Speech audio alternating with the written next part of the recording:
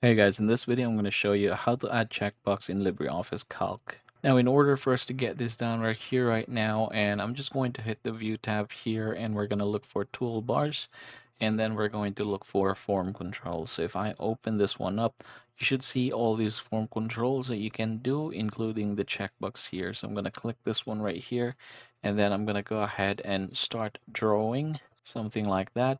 And you can right click this one, click control properties, and you should be able to make an option here. So here, for example, it says checkbox. It's labeled as checkbox. I can go ahead and change this to say, for example, pass.